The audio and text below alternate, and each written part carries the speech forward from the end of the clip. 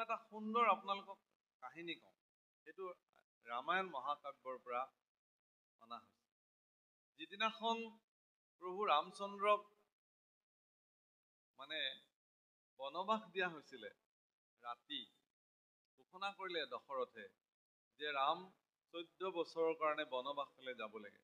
আপোনালোকে সবেই জানে যে মাতৃ কইকেয়ীৰ নিৰ্দেশত মহাৰাজ দশৰথে অনিচ্ছাকৃতভাৱেও ৰামক বনবাস দিবলগীয়া হৈছিলে, পূৰ্বতে ৰাখি থোৱা কথাৰ কাৰণে। যি কি নহওক, প্ৰভু ৰাম যেতিয়া বনবাসলৈ যাবলৈ সিদ্ধান্ত ল'লে, তেওঁৰ পত্নী সীতাও তেওঁৰ লগত যাবলৈ প্ৰস্তুত হ'ল। তাকে দেখি তেওঁলোকৰ কনিষ্ঠ অনুজ ভাতৃ লক্ষ্মণেও ক'লে যে ময়ো তোমাৰ লগত যাম। প্ৰভু ৰামে ক'লে যে তুমি কেনেকৈ যাবা? তোমাকতো বনবাস দিয়া নাই। মোক বনবাস দিয়া নাই, কিন্তু মই তোমাৰ সেৱাৰ কাৰণে মই বনবাসলৈ যাব লাগিব।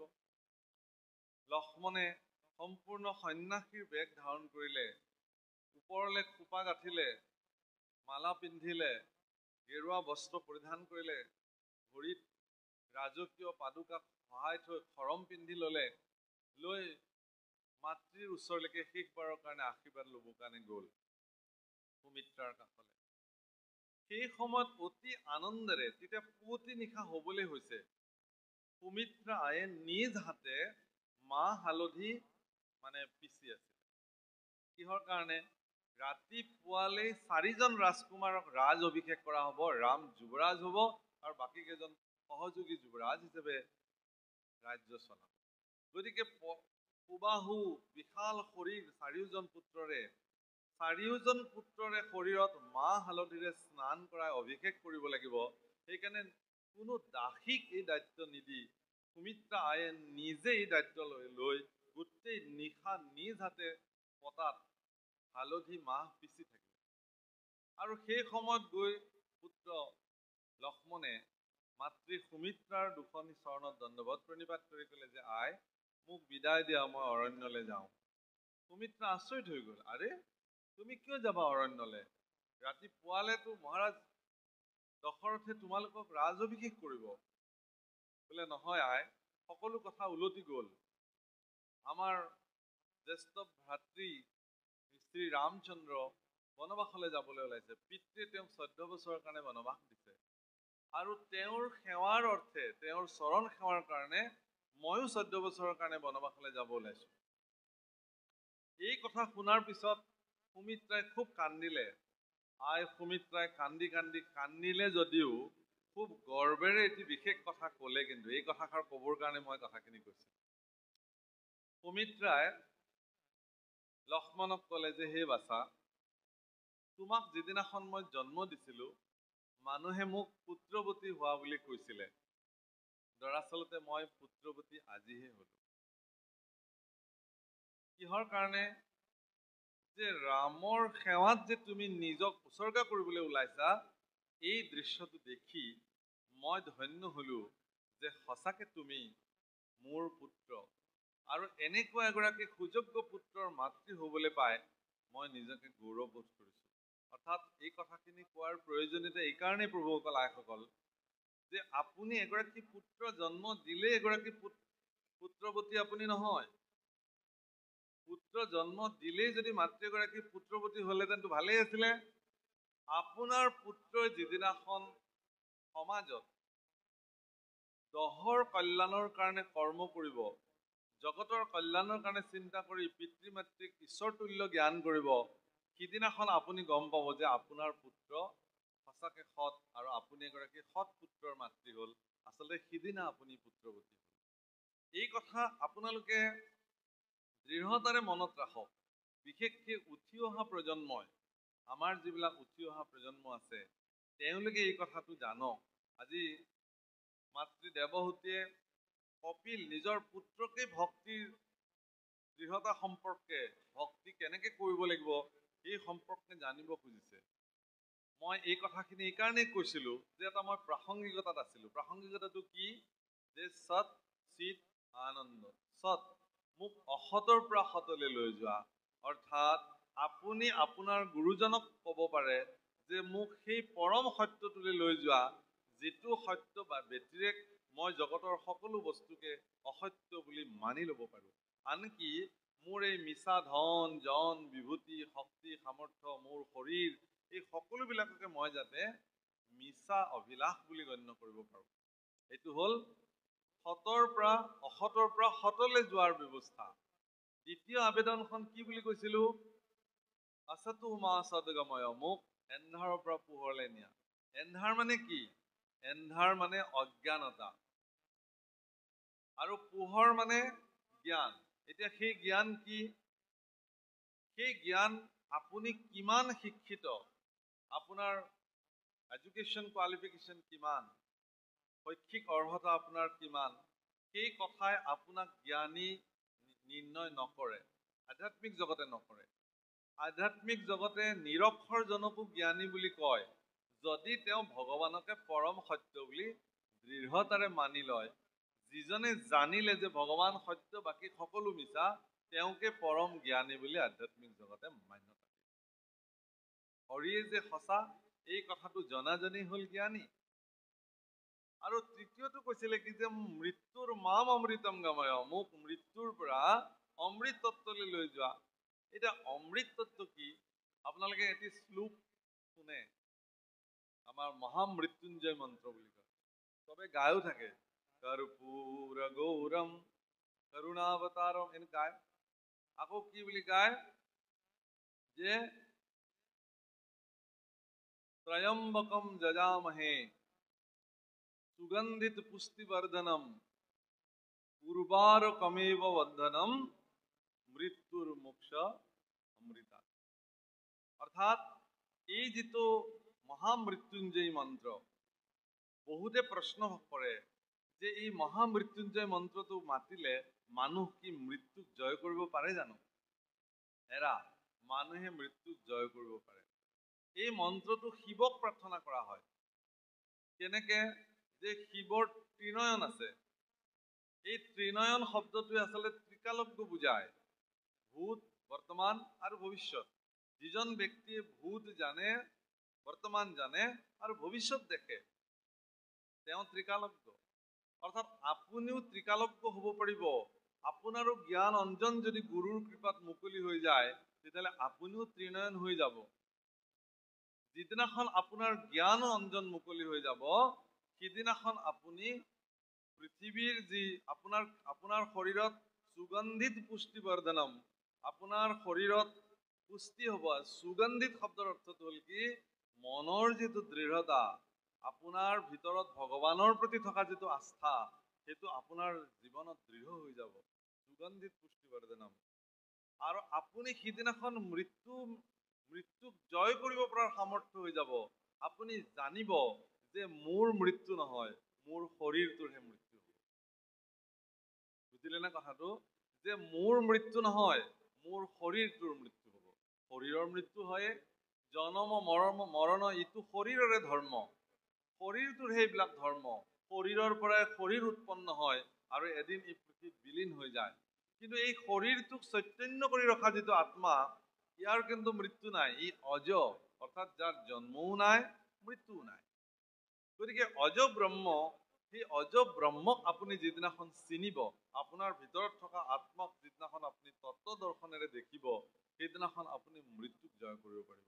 সেইকাৰণে কৈছে অমৃতম গময়, মৃত্যুৰ মাম অমৃতম গময়, মোক মৃত্যুৰ পৰা অমৃত তত্ত্বলৈকে লৈ যোৱা। আৰু তাত কৈছে, সেইকাৰণে ইয়াত মাতৃয়ে সেই তত্ত্বটো জানিবৰ কাৰণে পুত্ৰ কপিলক কৈছে যে তুমি মোক বিস্তৃতভাৱে কোৱা এই কথাটো, মই জানিব খুজিছো। কিয়? যে অজ্ঞান আন্ধাৰৰ মাজত আমি যিহেতু শয়ন কৰি আছো, শ্ৰান্ত হৈ জীৱ জগতৰ এই জগতখনত যিহেতু আমি শ্ৰান্ত হৈ আছো, তুমি এই শ্ৰান্ত জীৱবিলাকক, অজ্ঞানী জীৱবিলাকক তুমি জ্ঞান প্ৰদান কৰিবৰ কাৰণে যিহেতু আহিছা জগতলে, গতিকে তুমি কৃপা কৰা। ৰাম মৈত্ৰীয় বলন্ত এহি আৰ থেকে জানিলো মই,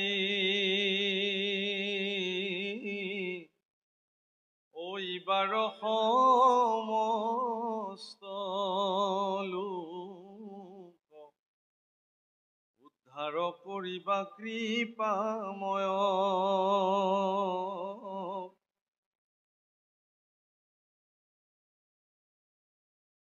হৰি মোৰ মহাধন্য,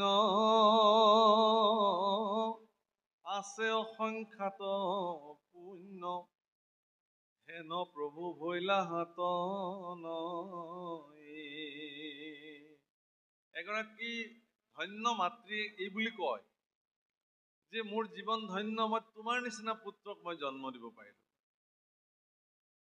আৰু আমাৰ যদি মাতৃয়ে ক'ব লগা হয় যে আমাৰ জীৱন শেষ হৈ গ'ল, আমি তোৰ নিচিনা ল'ৰা এটা জন্ম দিলো, আমাৰ জীৱন বৰবাদ হৈ গ'ল, আমি তোৰ নিচিনা ছোৱালী এজনী জন্ম দিলো, তেতিয়াহ'লে পিতৃ মাতৃৰ জীৱনৰ থাকিল কি? পিতৃ মাতৃয়ে গৌৰৱ কৰিব পাৰিব লাগে যে তোমাৰ নিচিনা সন্তান আমিবিলাকে জন্ম দিলো, ভগৱানে আমাক কৃপা কৰিছে। যিটো গৰ্ব আজি দেৱহূতিয়ে কৰিছে যে মোৰ জীৱন ধন্য হ'ল, তোমাৰ নিচিনা পুত্ৰক মই জন্ম দিব পাৰিলো। হে ৰাম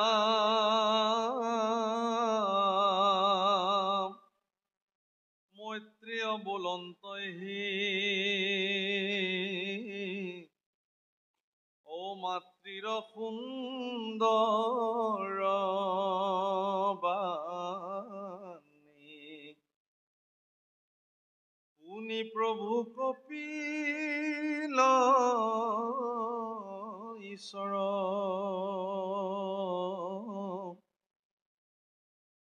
কৃপায়ে পীড়িত হুয়া, ও মাতিলন্ত প্ৰশংসিয়া, কুশলক চিন্তি আলু কৰ। প্ৰভুসকল পীড়িত শব্দটো ব্যৱহাৰ কৰিছে। পীড়িত বুলি ক'লে আমি যিবিলাক যন্ত্ৰণাত আছে তেওঁলোকক পীড়িত বুলি কওঁ। বান পীড়িত লোক, অভাৱত পীড়িত লোক, আমি তাক তেনেকে কওঁ। কিন্তু ইয়াত শব্দ ব্যৱহাৰ কৰিছে কৃপায়ে পীড়িত হুয়া। মাতৃৰ পুত্ৰৰ প্ৰতি থকা যি কৃপা আৰু পুত্ৰৰ মাতৃৰ প্ৰতি যি কৃপা, এই দুটা পৰিপূৰকভাৱে লগ হৈ তেওঁলোকে কি কৰিছে? কৃপাই তেওঁলোকক পীড়িছে দুয়োজনক। প্ৰভুসকল যেতিয়া অত্যন্ত ভাল পোৱা মানুহ এজন লগ পোৱা যায়, যাক মই হৃদয়েৰে ভাল পাওঁ, যাক মই অন্তঃকৰণে বিচাৰি থাকো, সেই ব্যক্তিজনক লগ পাবৰ কাৰণে যিটো হেঁপাহ, এইটো কৃপাৰ পীড়িত বুলি কয়। এবাৰ তেওঁক লগ পোৱাহেঁতেন, এবাৰ ওচৰৰ পৰা চুই চাব পৰাহেঁতেন, এবাৰ আলিংগন কৰিব পৰাহেঁতেন, এবাৰ যদি তেওঁক মই স্পৰ্শ কৰি চাব পাৰিলোহেঁতেন, এইটো কৃপাৰ পীড়িত বুলি কয়। ইয়াত কোনো বিষয় গোন্ধ নাই প্ৰভুসকল, মনত ৰাখিব। ইয়াত বিষয় গোন্ধ থাকিবই নোৱাৰে। যিটো গোপীসকলৰ মনত সৃষ্টি হৈছিল যে হে জগদীশ্বৰ, হে কৃষ্ণ, তুমি এবাৰ আমাক চুম্বন কৰা, তোমাৰ অধৰামৃত আমাৰ পান কৰিবলৈ মন গৈছে। আৰু কৃষ্ণৰ সেই গোপীসকলৰ প্ৰতি কেনেকুৱা কৃপাৰ পীড়ন আছিল জানে? যেতিয়া তেওঁ মথুৰালৈ গুচি গ'ল, তেওঁ অকলশৰে এটা কোঠালিৰ ভিতৰত উদ্ধৱক বহুৱাই লৈছে, লৈ চটফটাই আছে। উদ্ধৱে বোলে কি হৈছে প্ৰভু? বোলে এনেকুৱা কথা এটা হৈছে, এতিয়া মোৰ কবলৈও তোমাক লাজ লাগিছে। ভগৱানৰ মুখৰ বাণী আপোনালোকে দশম স্কন্ধ পঢ়ক, যে মোৰ কবলৈ লাজ লাগিছে হে উদ্ধৱ। বোলে কি? বোলে সেই যে মই মানে ব্ৰজৰ যে নাৰীসকলক যে মই এৰি থৈ আহিলো ৰাতিয়ে, এতিয়া মোৰ বুকুখনেতো খুন্দা মাৰি মাৰি ধৰিছে, মই তেওঁলোকক চাবলৈ মন গৈ আছে। তেওঁলোকৰ অৱস্থা বা কি হৈ গৈছে মোক নেদেখি। তেওঁলোকেতো ৰাতিপুৱাৰ পৰা মোক চাবলৈ লৈ থাকে শাৰী পাতি পদূলি পদূলি। এতিয়া তেওঁলোকৰ বা কি অৱস্থা হৈছে মোক নেদেখি। হে উদ্ধৱ, মই এতিয়া এই কথাটো বেলেগক ক'লে মানুহে ক'ব কি যে পৰৰ নাৰীৰ কি অৱস্থা হৈছে, তোমাৰনো এইবোৰ জানিবলৈ কি আছে? কি দৰকাৰটো পৰিছে? গৰজ, মই গৰজ শব্দটো কৈছো। গৰজ শব্দটোৰ ব্যৱহাৰ আজিকালি খুব কম হয়। এইবোৰ আমাৰ বৰ ভাল লগা শব্দ। এনে কি গৰজ পৰিছে যে কাৰোবাৰ ঘৈণীয়েকে কান্দি আছে, ভাত খোৱা নাই, তোমাৰনো এনে কি গৰজ পৰিছে? হে উদ্ধৱ, তেওঁলোক মোৰ প্ৰাণ, তেওঁলোক মোৰ জীৱন, তেওঁলোক মোৰ সকলো, তেওঁলোক মোৰ সমৰ্পিত ভক্ত। গতিকে তেওঁলোকৰ কাৰণে মোৰ মন হাহাকাৰ কৰিছে। উদ্ধৱ লহু তুলেলাই আৰে হামুবিনে গোপী ৰতিলেকে যুগ যায়। ইমান কৃপাৰ পীড়ন যে তেওঁ গম পাই গ'ল যে মোৰ অবিহনে তেওঁলোকৰ এক তিল সমান সময়, এটা যুগৰ সময় অতিবাহিত কৰিছে। হে প্ৰভুসকল, আপোনালোকৰ হৃদয়ত ভগৱানৰ প্ৰতি ইমান তাৰণা আছেনে কাৰোবাৰ? ৰাতিপুৱা গুৰুসেৱা কৰিব লাগে, সেইটো বহুতৰ কাৰণে লেঠা, বা মই লেঠাটো মাৰি আহো। কি লেঠা মাৰিব যায় কওকচোন? গুৰুসেৱা কৰিবলৈ যায়, সেইটো তেওঁৰ জীৱনত লেঠা। মই বোলো অ ভগৱান, আপোনাকনো এইডাল লেঠা কোনে লগালে? নকব আৰু মানে বুজিছে, এই গোসাঁইশ্বৰ আহিছিলে, ইও লয় সিও লয়, ময়ো শৰণভাগ ললো, লৈ এতিয়া মহা লেঠাত পৰিছো নহয়। এতিয়া ৰাতিপুৱাও বোলে গুৰুসেৱা কৰিব লাগে, সন্ধিয়াও গুৰুসেৱা কৰিব লাগে, দেই মহা লেঠাত পৰিছো, মোৰহে এইফালে সময় নাই। বোলে কি কৰে তেতিয়াহ'লে? এনেই যাওঁ আৰু যায় আৰু হেৰি কৰি ভগৱানক কৈ থৈ আহোঁ আৰু কথাখিনি, যে প্ৰভু জানেই নহয় আৰু। গতিকে 24 ঘণ্টা কেৱল নিজৰ কাৰণে চিন্তা কৰিব লাগে। খাওঁ, কি খাম, কি পিন্ধিম, কেনেকে ধন উপাৰ্জন কৰিম, কেনেকে মই পত্নীৰ লগত কটাম, কেনেকে মোৰ পুত্ৰ সন্তানক মই ভাল কৰিম, আৰু ভগৱানৰ প্ৰতি পিছ দি থাকিলে। কিন্তু ব্ৰজাংগনা গোপীসকলৰ কাৰণে ভগৱান ইমান আতুৰ কিয় হৈছে? উদ্ধৱ, তুমি যোৱা যিমান পাৰা সোনকালে, এবাৰ খবৰ লোৱাগে প্লিজ। এনেকুৱা যোৱা, আজিৰ ভাষাত ক'বলৈ গ'লে তুমি সোনকালে যোৱা, মোৰ প্ৰাণৰ গোপীসকলক তুমি এবাৰ বাৰ্তা লোৱাগে। মোৰ কাৰণে তেওঁলোকৰ এটা তিল সমান সময়, এটা যুগ যেন অতিবাহিত কৰিছে। ভগৱানৰ মুখৰ এগৰাকী ভক্তৰ চৰিত্ৰ ভগৱানৰ মুখত বৰ্ণন হৈছে, গুৰুজনাই বৰ্ণন কৰিছে। হামুচিত বিত নিত হামা কুধিয়া আরে ধরল বিউকে গোপী কথ মুপি প্রাণ। হামুচিত বিত্ত নিত আমাকো ধ্যানা, ধৰল বিয়োগে মানে মৃত্যু হয়ে আৰু তেওঁলোক মৰো মৰো অৱস্থাত আছে মোক নেদেখি পেলাই। কাৰণ প্ৰত্যেকটো ক্ষণ, প্ৰতিটো মুহূৰ্ত তেওঁলোক মোৰ তাতে সমৰ্পিত হৈ থাকে।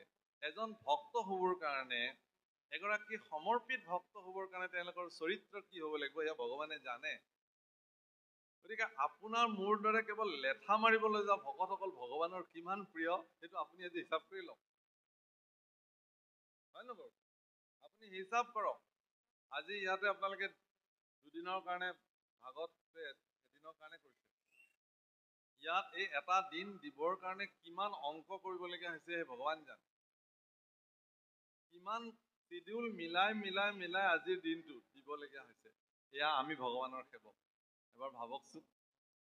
আৰু ভগৱানে নিজে সেই গোপীসকলৰ বৰ্ণন কৰিছে, হামুচিত্ত বিত্ত গোপী হামাকো ধ্যানা, ধৰল বিয়োগে গোপী কথমপি প্ৰাণা।